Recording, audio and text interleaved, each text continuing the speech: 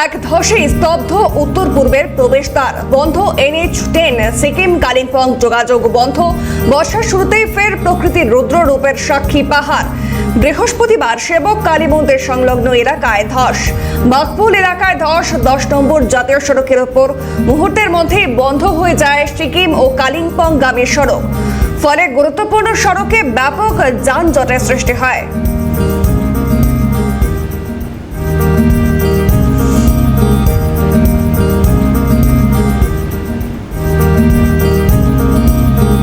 প্রকৃতির রুদ্র রূপ।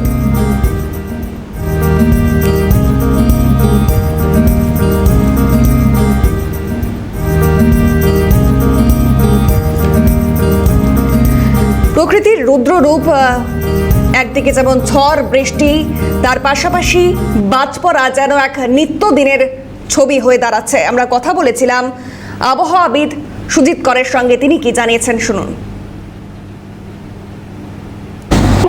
সেটা হচ্ছে যার ফলে আমরা যেটা দেখতে পাচ্ছি যে জলীয় বাষ্পপূর্ণ বায়ু সামগ্রিকভাবে প্রবেশ করে যাচ্ছে মধ্য ভারতের দিকে।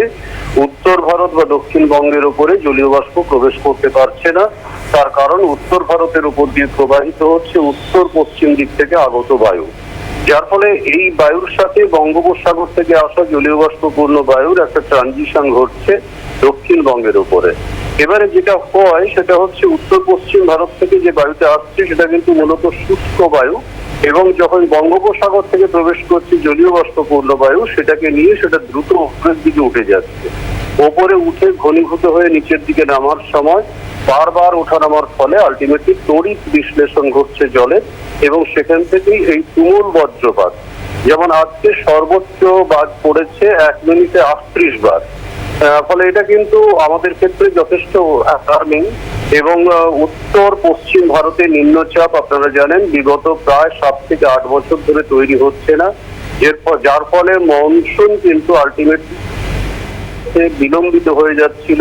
সেই মৌসুমি এবছর সুপার সাইক্লোনের আলটিমেটলি হয়তো আর প্রবেশই করতে পারবে না। অর্থাৎ যতবার এই ধরনের পরিস্থিতি তৈরি হবে, এয়ার ট্রানজিশন ঘটবে, অথবা যতবার এই ধরনের জলীয় বাষ্পপূর্ণ বায়ু এবং শুষ্ক বায়ুর মধ্যে সংঘাত ঘটবে, ততবার এই ধরনের পরিস্থিতি তৈরি হবে।